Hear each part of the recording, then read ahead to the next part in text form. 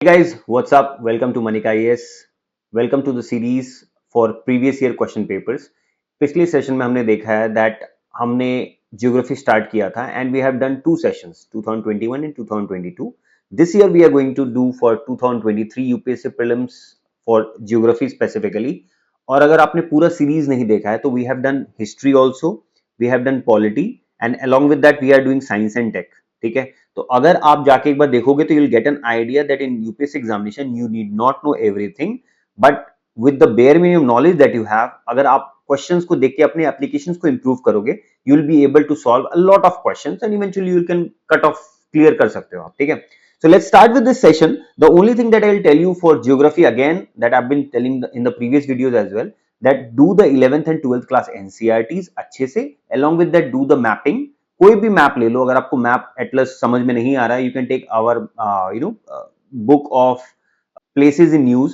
ठीक है, आप उसको कर लो अच्छे से, तो most of the doubts for your mapping area will be clear. ठीक है, so let's start with this session. The very first question that is there in your geography paper is about the Jhelum river.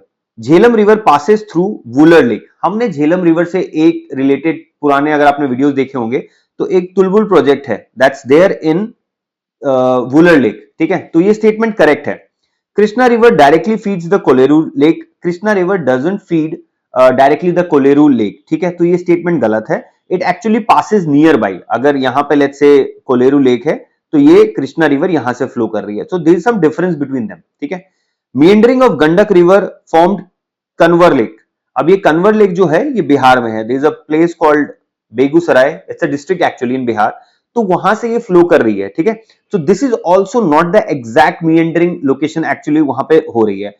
अगर आप Kanwar lake का देखोगे तो यहाँ पे जो मेजर रिवर है जहां पे हो रही है उसको बूढ़ी गंडक कहते हैं, BURHI गंडक, GANDAK, राइट. सो यहां से मीएंडिंग हो रही है. सो बहुत नियर बाय ऑप्शन यूपीएससी ने बहुत सोच समझ के प्लान करके इस क्वेश्चन को बनाया है, and that's why only one is the right answer, and the right answer is Jhelum river passes through the Wular lake. This is the right statement. बाकी second और third statement is wrong. Okay, let's move on to the explanation. Statement 1 is correct, as Tulbul project of UT of Jammu and Kashmir is to be built on this river, that is Jhelum, at this lake. Statement 2 is incorrect because it is fed by two other rivers rather than it lies in the delta of Krishna and Godavari. तो यहाँ पे थोड़ा सा बस ये ध्यान रखना है, जो अगर कोई रिवर फ्लो कर रही है तो उसका ओरिजिन कहाँ है, and if it passes through any of the major cities या मेजर कोई लेक फॉर्म कर रहा है and eventually falling down into Bay of Bengal or let's say or Arabian Sea in the eastern on the western side. ठीक है, तो हमें मोटा मोटा यही चीज समझना है. And third is statement 3 is incorrect because Kanwar Lake is formed by Burhi Gandak, not Gandak. Gandak को नारायणी भी कहते हैं. एक एक्स्ट्रा इंफॉर्मेशन है if you just want to take a note of it. ठीक है, let's move on to the next slide. देखो यहाँ पे कृष्णा रिवर जो हमने एक देखा था, ये कोलेरू लेक है, and this is the Krishna river following in the Bay of Bengal. ठीक है, ये Bay of Bengal है, ये Arabian Sea है. ठीक है, ये कोलेरू लेक है और this is the flow of Krishna river. यहाँ पे origin है महाबलेश्वर में, तो इस मैप में बहुत क्लियरली आपको विजिबल हो रहा है. Second, we were talking about Kanwar lake, Begusarai district में है, and this is the flow of Gandak, nearby है. देखो बहुत स्मार्टली ऑप्शन सेट किया गया है, it's flowing very nearby, but ये जो डिस्टेंस है ना, आपको थोड़ा यही क्लोजली देखना that it's forming any lake or not. To be honest with you, this question was very difficult. अगर किसी को समझ में नहीं आया और ऑप्शन भी ओनली वन ओनली टू है, so in that scenario if you are in a dilemma and if you do not have a precise knowledge, ये क्वेश्चन छोड़ने लायक था. ठीक है, सिमिलरली वुलर लेक है, अब ये झेलम यहां से पास कर रही है. ठीक है, Jhelum river originates at Verinag, Anantnag district and Pir Panjal range में ओरिजिन है. ठीक है, सो हमने पहले भी सेशन में देखा है दैट जो भी इंडस के ट्रिब्यूटरीज है, Jhelum, Chenab, Ravi, Beas, Sutlej, you have to make sure that origin कहां हो रहा है and how it is passing. इससे यूपीएससी में पहले भी क्वेश्चंस पूछे जा चुके हैं and again it can be asked. Similarly जो गंगा के ट्रिब्यूटरीज हैं, जैसे बुरी गंडक हो गया, गंडक हो गया, these are tributaries of Ganga. Yamuna is also a tributary of Ganga. ठीक है, तो make sure that you do those tributaries very nicely. And similarly your peninsular rivers, Krishna, Kaveri, Godavari, these are peninsular rivers. You have to make sure that you pay enough attention to these things as well. Let's move on to the next question. Consider the following pairs. Okay, port and the port well known for. Number 1 is Kamarajar Port, first major port in India registered as a company. This is a correct statement. Mundra Port, largest private owned port in India. This is also correct. Visakhapatnam Port, largest container port in India. It is not the largest container port. Actually, जो Jawaharlal Nehru Port है in your Mumbai, it is the largest container port in India. So two pairs are correct. Third one is wrong. ठीक है? Let's look into the explanation. Pair one is correct. Ennore Port भी कहते हैं. Pair two is correct. Adani Mundra Port, by and large, it's a private port also. Pair 3 is incorrect. The largest container port is JNPT, Nawa Sherwa जिसको कहते हैं. ठीक है? So answer is B. Let's move on to the next question. Consider the following trees. अब trees वाला section जो है आपके एवरग्रीन फॉरेस्ट हो गए, डेसिडियस फॉरेस्ट हो गए, your various soils are there and because of this temperate forest are there. ठीक है? तो इस पे जो क्वेश्चन आ सकता है कौन से ट्रीज डेसिडियस हैं, कौन से एवरग्रीन है, ये भी यूपीएससी का फेवरेट टॉपिक है. इट कैन बी सीन, कभी कभार ये एनवायरमेंट पूछते हैं, कभी कभार ये ज्योग्राफी में भी सेक्शन रख सकते हैं. But our thing is to have a basic understanding. ये इसके साइंटिफिक नेम्स हैं, अगर नहीं भी पता है दैट्स परफेक्टली फाइन. अब teak is a deciduous forest, mahua is a deciduous, jackfruit is a evergreen forest, evergreen tree. ठीक है? अब ये evergreen tree है तो only 2 is the right answer, first is not. ठीक है? So explanation, jackfruit is evergreen, mahua and teak are deciduous. Answer is B. Let's look into the next question. India has more arable area than China. This is a right statement. Although again, if you are not able to understand and अगर आप इस पे बहुत closely अगर आप narrow down नहीं कर सकते तो जनरली ये क्वेश्चन छोड़ना होता है, बिकॉज यहाँ ऑप्शन एलिमिनेट करने का भी चांस नहीं है. ठीक है? The portion of irrigated area in more is more in India as compared to China. This is a wrong statement. The portion of irrigated area is in China is more as compared to India. So this statement is wrong. The average productivity per hectare in Indian agriculture is higher than that of China. हम जब भी agriculture as a topic पढ़ते हैं, चाहे वो economics हो, चाहे वो ज्योग्राफी हो, we come across this line that the productivity in China, ठीक है, is more than that of India because the soil is very well maintained. ठीक है? Although Indian government has taken a lot of steps in order to make sure that the agriculture soil and the agriculture productivity is increased. ठीक है? More crop per drop, प्रधानमंत्री soil health card is there. तो multiple schemes government ने लाया है, but still the productivity still compared to China it's less. ठीक है? So this statement is also wrong. तो answer is A, only one. ठीक है? अब यहाँ कितने स्टेटमेंट करेक्ट है, तो ये दोनों में नैरो डाउन करना बहुत मुश्किल होता है. इंडिया का जो एरेबल एरिया ज्यादा इसलिए है because we have plenty of plain area. जैसे कि आपको गंगा यमुना का जो मेजर बेल्ट है, the entire Ganga belt, if you actually see from Delhi, UP, your Bihar, West Bengal, उधर से फिर आपका Brahmaputra, Assam valley is also there. Then you have Godavari, Krishna, Kaveri. ये जो प्लेन एरियाज है ना जहां पे रिवर फ्लो कर रही है, तो overall if you see the arable area जो बेसिकली आप कल्टीवेट कर सकते हो वो एरिया ज्यादा है as compare to China. China में बहुत सारे हिली रीजन है. For example the entire Tibet is not cultivable नहीं है. You have lot of desert area also. India में by and large if you see the desert area, it's in the western section, Thar desert की तरफ. ठीक है? So this way you can come to a conclusion. Otherwise this question was relatively tricky. Statement 1 is correct. Statement 2 is largely incorrect. Statement 3 is also incorrect. So only 1 is the right answer. Let's move on to the next question. Which one of the following is the best example of repeated falls in sea level giving rise to present day extensive marshy land? The answer here is run of Kutch. जैसे run of Kutch is a white kind of background, और आप जब run of Kutch के कोई भी image देखते हो तो you see a lot of salt pans and because of which it looks very white. तो ये जो सी लेवल आपका राइज हो रहा है रिपीटेडली डे एक्सटेंसिव मार्शी लैंड्स और इससे इंक्रीज हो रही है. So this is the right answer.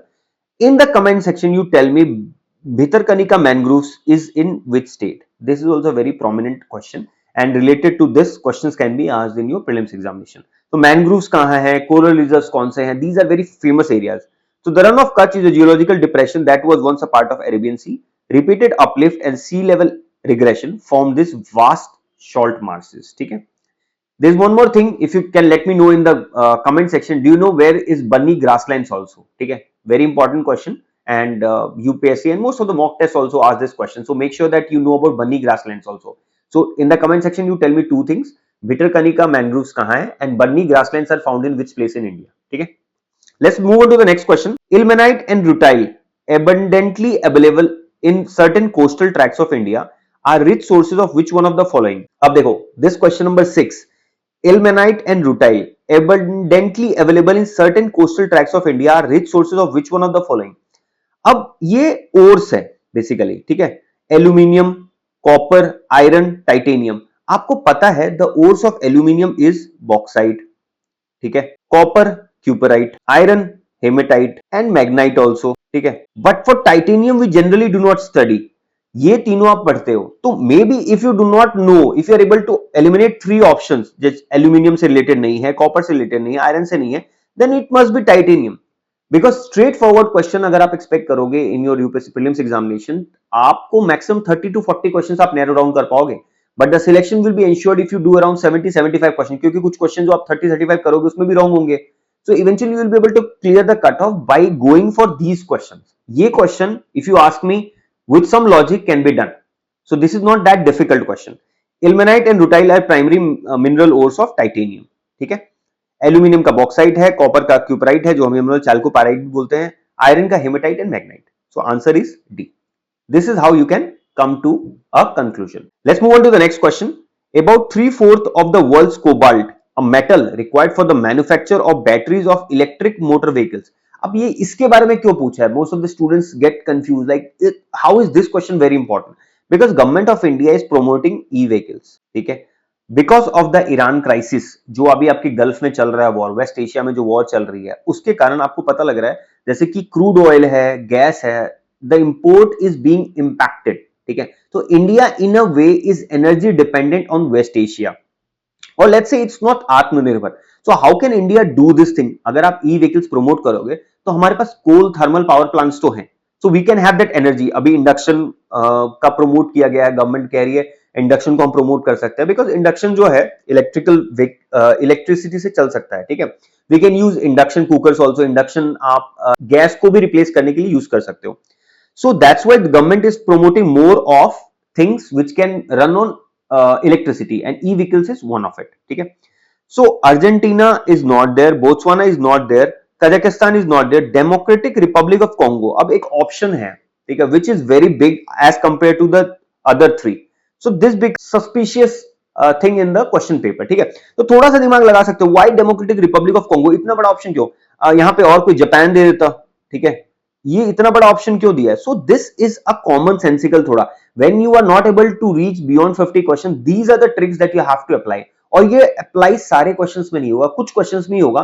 So you have to be very very smart during those 2 hours from 9:30 to 11:30 AM in the morning. आपको थोड़ा सा ध्यान रखना पड़ेगा कि ये कैसे नैरो डाउन करेंगे, ठीक है। So Democratic Republic of Congo is the number 1, 75% of approximately 3/4, ठीक है, is found in Democratic Republic of Congo. Next is Russia, ठीक है, उसके बाद देखो बाकी कंट्रीज में ट्रेस एलिमेंट्स ही पाए जा रहे हैं। Let's move on to the next question, which one of the following is a part of Congo basin? Again thing related to Congo and Africa. Africa से रिलेटेड कोई भी न्यूज है ना, make sure that you have a good eye on it, because India के साथ Africa का relation बहुत अच्छा है, the entire continent I am talking about, ठीक है। So India and Africa global south का भी पार्ट है, ठीक है, साउथ अमेरिका में भी कुछ चल रहा है, तो you have to make sure that you know it, because this becomes a very very probable question in your examination, ठीक है। So which one of the following is a part of Congo Basin? It's Cameroon. बाकी countries जो हैं nearby है, again I tell you it's very nearby to the Congo basin. Next we will see in the image, but देखो जैसे कि आपका Congo basin covers a part of Cameroon, यहाँ पे कैमरून है, ये सेंट्रल अफ्रीकन रिपब्लिक है, Equatorial Guinea, Gabon, Republic of Congo, Democratic Republic of Congo, ठीक है, ये है Democratic Republic of Congo. This is the thing that we are talking about. अब यहां पे देखो South Sudan very nearby, ठीक है, Sudan very nearby, Nigeria, ठीक है। So these are very nearby countries. अगर पता है तो you will be able to narrow down, नहीं पता है तो you can leave this question. Let's move into the next question, consider the following statements. Amarkantak hills are at the confluence of Vindhya and Sahyadri ranges. जो western Ghats है, western Ghats को Sahyadri ranges बोला जाता है, वेस्टर्न घाट्स, ओके। तो सह्याद्री रेंजेस अगर आप इंडिया का मैप देखोगे, ठीक है, तो this is Western Ghat and this is Eastern Ghat, ठीक है। On the right side of your coast is your Eastern Ghat, on the left side is your Western Ghats, ठीक है। तो अमरकंटक हिल्स जो है it's actually in the confluence of Vindhyas and Satpuras. ये देख लो, ये विंध्यास है, ये सतपुरा रेंजेस है, एंड बीच से जो रिवर फ्लो हो रही है उसको नर्मदा कहते हैं, ये रिवर है, ये नर्मदा रिवर है, ठीक है। So Vindhyas is on the top north, south में आपका सातपुरा है, and Narmada is flowing in between Vindhyas and Satpura, ठीक है। So this statement is wrong. BR hills, जिसको बिलीगिरंगन हिल्स भी कहते हैं, constitute the easternmost part of Satpura range. This statement is also wrong because Satpura range is somewhere in Madhya Pradesh, ठीक है। बिलीगिरंगन hills is in Karnataka, so this statement is also wrong. Seshachalam hills constitute the southernmost part of Western Ghats. Seshachalam is a part of your Eastern Ghats. It's not a part of Western Ghats, and mostly Seshachalam hills is in Andhra Pradesh. ठीक है, so this statement is also wrong. So none is the right answer. For question number 9, the sources remains again the India physical geography, और थोड़ा सा map work आपको देखना पड़ेगा. If you pay attention to these part, these questions are easily doable. ठीक है. Amarkantak is a meeting point of Vindhyas and Satpuras. ये रहा इमेज में देखो, Vindhyas and Satpuras, and here is Amarkantak hills. Let's look into the next. Biligirangan is a link between eastern and western Ghats. No. BR hills ये रहा, ठीक है. Third is Seshachalam is in eastern Ghats, ठीक है. Let's move on to the next question. With reference to India's project on connectivity, consider the following statements. अब ये जो Indian connectivity है along with that इंटरनेशनल, जैसे कि आपको यहाँ पे Bangladesh, China, India, Myanmar, BCIM भी कहते हैं, BCIM कॉरिडोर के बारे में पूछा गया, ट्राइलेटरल हाईवे के बारे में पूछा गया, ईस्ट वेस्ट कॉरिडोर के बारे में, जिसको गोल्डन क्वाड्रिलेटरल भी बोलते हैं, प्रोजेक्ट कनेक्ट्स डिब्रूगढ़ एंड सूरत. अब देखो यहाँ पे क्वेश्चन बहुत स्मार्टली फ्रेम किया गया है. It's not Surat, it's Porbandar, ठीक है. Both Surat and Porbandar are in Gujarat, ठीक है. तो बहुत कैटेगोरिकल, बहुत स्मार्टली ऑप्शंस को सेट किया गया, बस जगह का नाम चेंज कर दिया है. तो यूपीएससी ना ऑप्शन सेटिंग में इतना दिमाग नहीं लगाएगी. If you are smart enough to know, you will be able to narrow it down. और डिब्रूगढ़ में नहीं है, it's in Silchar, but both Silchar and Dibrugarh is in the state of Assam, ठीक है. तो ऑप्शन को स्टेट वाइज बट चेंज कर दिया गया थोड़ा सा. Trilateral highway connects Moreh in Manipur, correct है. Chiang Mai in Thailand via Myanmar, अब वाया म्यांमार तो है बट चियांग माई नहीं है, is Mae Sot, MESOT is a place in Thailand, ठीक है. थाईलैंड में एक जगह है जिसको मेसोट कहते हैं. तो this is the difference. Now BCIM economic corridor connects Varanasi in Uttar Pradesh with Kunming in China. This is also wrong statement, ठीक है. So D is the right answer. Let's look into the thing. BCIM connects Kolkata to Kunming, ठीक है. यहां पे option में क्या दिया था, उत्तर प्रदेश और वाराणसी और कुनमिंग. तो यहां पे कुनमिंग तो है बट वाराणसी नहीं है, कोलकाता है, ठीक है. Trilateral highway connects Moreh to Mae Sot, ठीक है. So the answer is D. Let's look into the next question. Consider the following countries.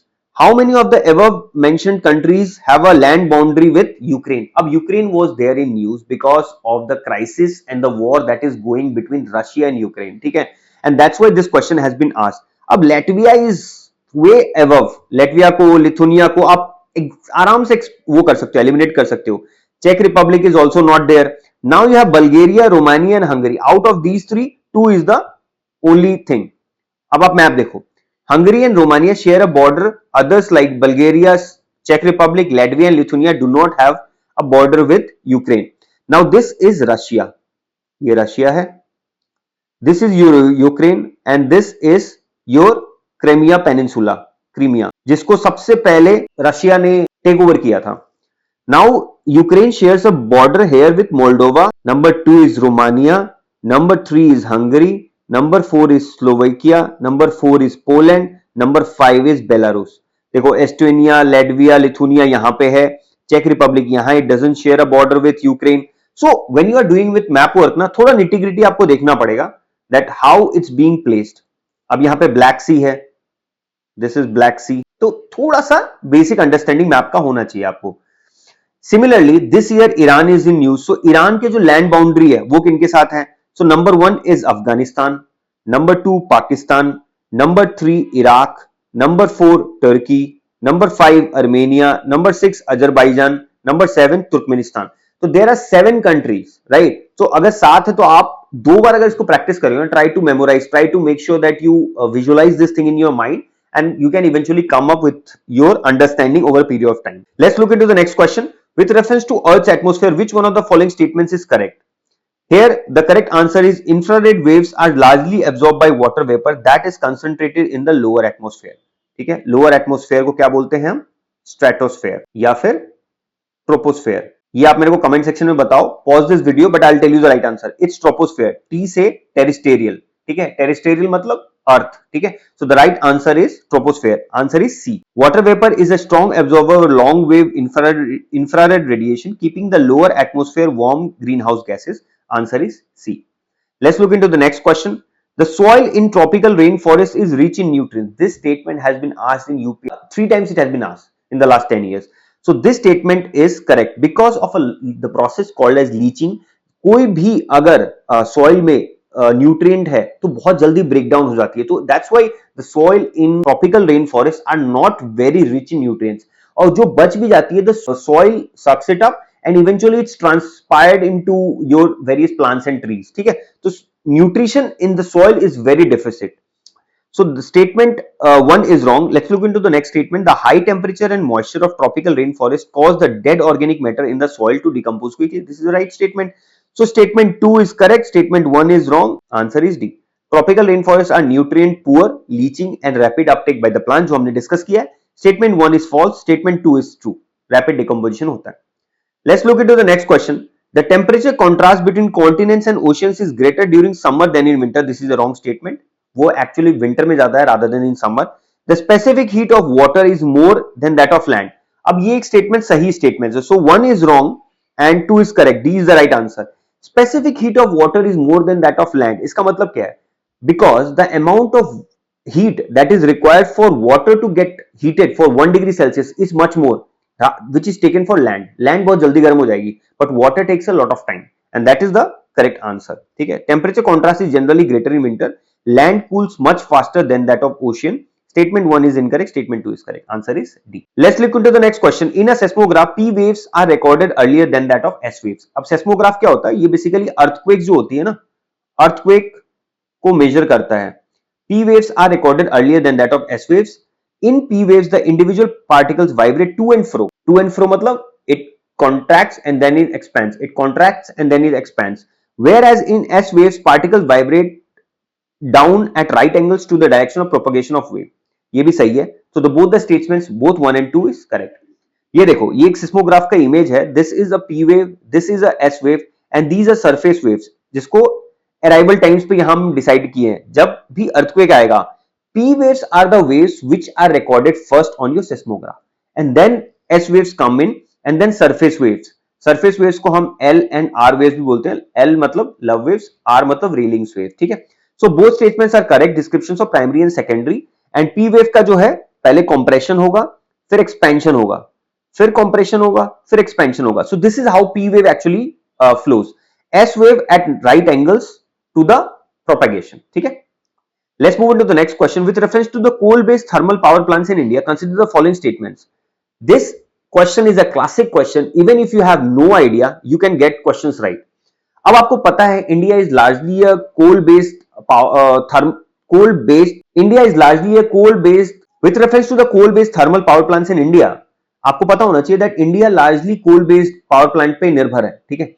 So none of them uses sea water. ये हो ही नहीं सकता because इतने सारे अगर आपके पास coal based power plant हैं तो कूलिंग के लिए यूज होगा. तो जो भी आपके बीच एरिया में है और let's say it's in the vicinity of sea, तो they uses the sea water. So statement 1 is wrong.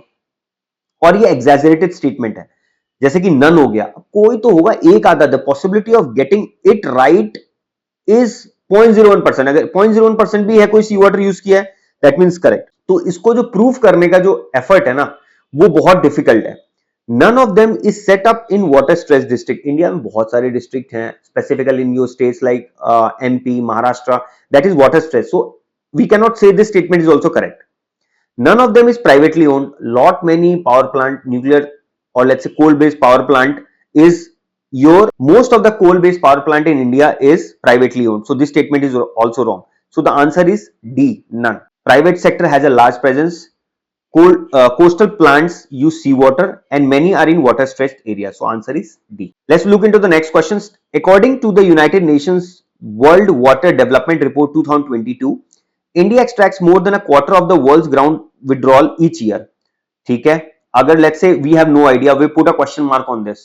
Let's look into the second statement. India needs to extract more than a quarter of the world's groundwater each year to satisfy the drinking water and sanitation needs of almost 18% of world's population. अब 18% of world's population तो is a fact, but India extracts most of the groundwater for your irrigation purpose, irrigation or agriculture. Now this is a fact which you might not know, but एक overall understanding होना चाहिए that sanitation or let's say drinking water में we do not consume much of water. So it is mainly for irrigation and agriculture purpose. So if statement 2 is wrong, so there is only one option which gets you to the answer. This again reiterates the point that you do not need to know everything. So majority of the groundwater, approximately 90%, is used for agriculture. So answer is C. Thus we see that solving PYQs does not necessarily help you in checking your understanding, but it also helps you in coming to a correct answer in the exam given environment. And how UPSC is trying to tweak a little bit details, and so each single question will give you some idea and how do you come to very close to the cutoff or clearing the cutoff. This is the way that every topper does it, and that is how you also have to do it. I hope this session was helpful, and if you have any doubt, please let us know about it. Thank you so much for watching.